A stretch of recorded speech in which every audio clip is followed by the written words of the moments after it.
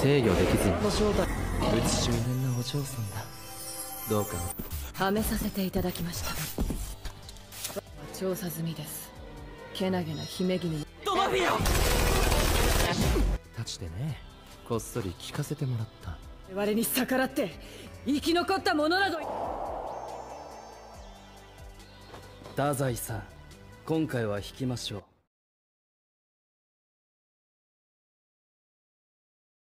Terlihat seorang pemuda yang kelaparan di dekat sungai.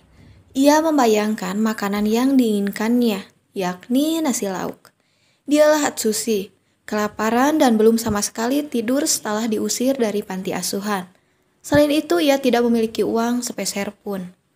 Atsushi pun berniat mencuri. Orang pertama yang dilihat akan dibegalnya.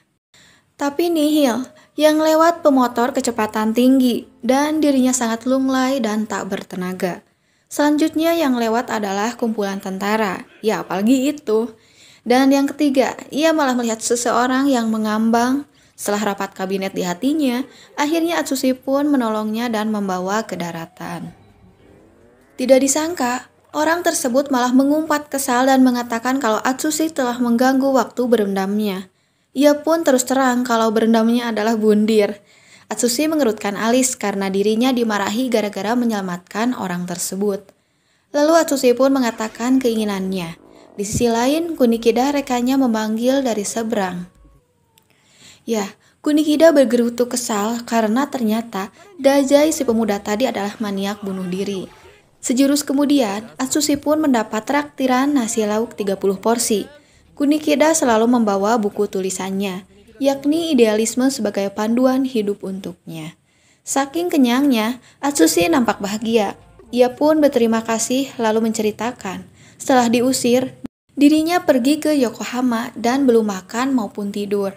Lalu Dazai dan Kunikida pun memperkenalkan kalau mereka adalah detektif bersenjata, yakni bukan detektif mencari barang hilang, tetapi seseorang yang memecahkan kasus yang tidak bisa ditangani polisi maupun kemiliteran. Selain itu, mereka memiliki kekuatan supranatural. Beberapa saat kemudian, Kunikida pun menceritakan kalau mereka sedang mencari harimau pemakan yang baru-baru ini muncul di daerah sekitar. Atsushi nampak ketakutan. Ia mau kabur, lalu mengatakan kalau harimau tersebut mengincarnya. Panti tempat asalnya juga telah diserang. Anggaran semakin sulit, dirinya pun dikeluarkan untuk mengurangi anggaran yang membengkak. Ya, harimau tersebut selalu muncul di mana Atsushi berada. Tepat 2 minggu yang lalu, saat dirinya berjalan di sekitar Surumi, nampaklah harimau di belakangnya.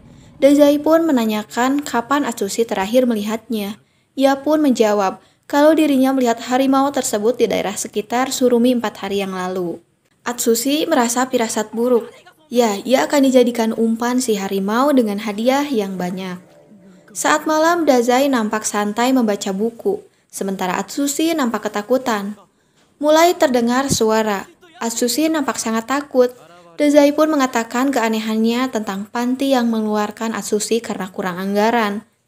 Bulan purnama menyoroti Atsushi, sementara Dazai mengatakan waktu yang bersamaan antara kedatangan harimau dan kedatangan Atsushi. Atsushi nampak bereaksi saat melihat bulan purnama yang menyorotnya. Dazai pun mengatakan kalau orang panti pasti sudah tahu siapa harimau itu, tetapi mereka tidak memberitahu Atsushi dan Atsushi tidak menyadarinya. Atsushi pun berubah menjadi harimau putih di bawah sinar bulan purnama.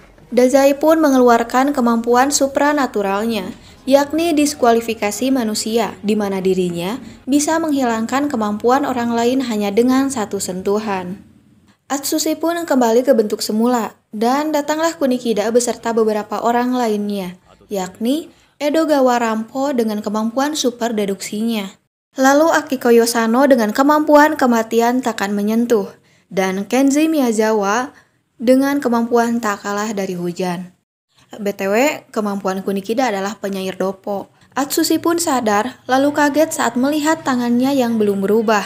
Saat itu juga Atsushi pun dimasukkan menjadi anggota detektif bersenjata dengan kemampuan berubah jadi hewan buas di bawah sinar bulan. Di pagi hari Atsushi bangun, ia baru merasakan lagi aroma tikar. Lalu ia dikagetkan saat ada telepon dan mengangkatnya. Dan ternyata Dazai yang meneleponnya. Ia pun mengatakan kesukaannya tidur di sana. Dazai pun memberitahu baju pemberian untuk Atsushi dan menyuruhnya untuk ke lokasi yang diinstruksikannya karena ada keadaan darurat. Saat keluar, dirinya malah dikagetkan dengan obsesi Dazai yang maniak bundir. Atsushi mengundurkan diri karena dirinya merasa tidak bisa diandalkan. Dazai pun mengantar Atsushi ke tempat yang membutuhkan pekerja karena Atsushi ingin mencari kerjaan. Atsushi pun sangat berterima kasih. Tiba-tiba datanglah Kunikida yang mengatakan kalau ada pengebom yang membawa Sandra dan bersembunyi di kantor mereka. Atsushi pun mau tidak mau ikut dengan mereka. Sandranya adalah Naomi, pembantu kantor paruh waktu. Ketua mereka sedang tidak ada karena ada urusan bisnis. Atsushi pun menilai kalau keduanya akan berubah. Tetapi tidak, mereka malah adu tasting siapa yang akan ke depan. Dan dialah Kunikida. Tetapi si penjahat tersebut mengetahui kalau dia adalah Kunikida. Kunikida pun tidak bisa beraksi karena si penjahat memintanya meletakkan tangan di atas meja. Dengan ancaman akan meledakkan bom saat itu juga. Sampai Dazai pun meminta Atsushi yang menghadang. Atsushi disuruh akting sebagai orang yang tak berguna. Dengan terbata-bata dan tubuh yang gemetar, Atsushi menghadang. Ia pun menceritakan keterpurukannya. Lalu mengatakan, kalau bomnya meledak, besok pagi kita tidak akan terbangun, soalnya kita mati. Ya iyalah dasar Atsushi. Kunikida pun beraksi dengan mengeluarkan kawat pistol. Penjahat pun teratasi. Kunikida kesal karena Dazai tidak bertindak apapun. Dazai pun mengatakan kalau Kunikida marah-marah nanti kulitnya keriput dan mempercepat penuaan. Mendengar itu, Kunikida pun langsung menulis perkataan tersebut di buku catatan idealismenya. Mereka pun berantem karena Dazai mengaku kalau dirinya berbohong. Si penjahat mengaktifkan bomnya. Atsushi bingung harus apa. Ia pun memeluk bomnya dan tidak ada ledakan. Dan ya, dialah Tanizaki. Ia berpura-pura menjadi penjahat, alias Atsushi kena prank. Sementara si Sandra yang bernama Naomi Tanizaki memeluk bahagia Tanizaki yang disebut sebagai kakaknya. Dengan santainya, Dazai mengutarakan kalau itulah pekerjaan untuk Atsushi dan barusan adalah tesnya. Lalu datanglah ketua organisasi detektif bersenjata. Ialah Yukichi Fukuzawa. Dengan kemampuan menyamaratakan orang. BTW kalau Tanizaki kemampuannya adalah kepingan salju kecil. Sang ketua pun mempercayai kepada Dazai untuk mengambil keputusan. Dazai pun mengatakan kalau Atsushi diterima di organisasi detektif bersenjata dengan nama Atsushi Nakajima. Mereka pun menilai kalau tindakan Atsushi mendekap bom adalah tindakan yang tidak bisa dilakukan orang lain. Dazai pun mengatakan kalau dirinya tidak memaksa. Tetapi jika Atsushi menolak, Dazai menjadi khawatir akan masa depan Atsushi. Meninggalkan kamar, tidak memiliki kerabat maupun teman yang akan sulit mendapat pekerjaan. Selain itu, Atsushi adalah siluman harimau pemakan dan kalau sampai orang-orang tahu, Atsushi bakal dipecat jika memiliki pekerjaan dan buruknya, Atsushi akan jadi buronan dan ditembak mati. Kini Atsushi telah resmi menjadi anggota detektif bersenjata. Kunikida pun berpesan untuk tidak menjadi beban anggota lain maupun mencoreng nama organisasi. Dan kocaknya, Dazai yang ditanya Kunikida malah sedang menggoda pelayan yakni dengan menanyakan, apakah mau tangan indahnya mencekik Dazai? Kunikida pun memarahi Dazai dan memperingatinya untuk tidak mencoreng nama organisasi. Beberapa saat kemudian, Dazai pun bertanya kepada Atsushi, yakni untuk menebak pekerjaan seniornya, ya hitung-hitung latihan menjadi detektif. Atsushi pun menilai kalau Naomi adalah pelajar, dan jawabannya benar. Ya, Atsushi mendengar kalau Naomi bekerja paruh waktu dan memakai seragam. Lalu Tanizaki seumuran dengannya, dan itu benar. Setelah itu Kunikida. Atsushi pun mengatakan kalau Kunikida adalah pegawai kantor. Jawabannya hampir tepat. Karena Kunikida dulunya adalah guru matematika. Dan terakhir, Dazai. Atsushi pun menatapnya, dan ya, Atsushi tidak bisa menebaknya. Kunikida pun mengatakan kalau itu percuma, karena Dazai merupakan mantan salah satu dari 7 misteri anggota detektif bersenjata. Sampai orang yang pertama bisa menebaknya akan mendapat hadiah. Karena tidak ada yang bisa menebak, hadiahnya pun ikut terus bertambah sampai 700.000 yen. Atsushi yang bokeh seperti aku pun sangat antusias. Ia terus menebak-nebak, tetapi semuanya meleset. Menilai Atsushi menyerah, Dazai pun menuliskan tagihan yang harus dibayar Atsushi. Di sisi lain, Tanizaki pun mengatakan kalau saat ini ada klien yang sedang menunggu di kantor. Mereka pun bergegas menuju ke sana.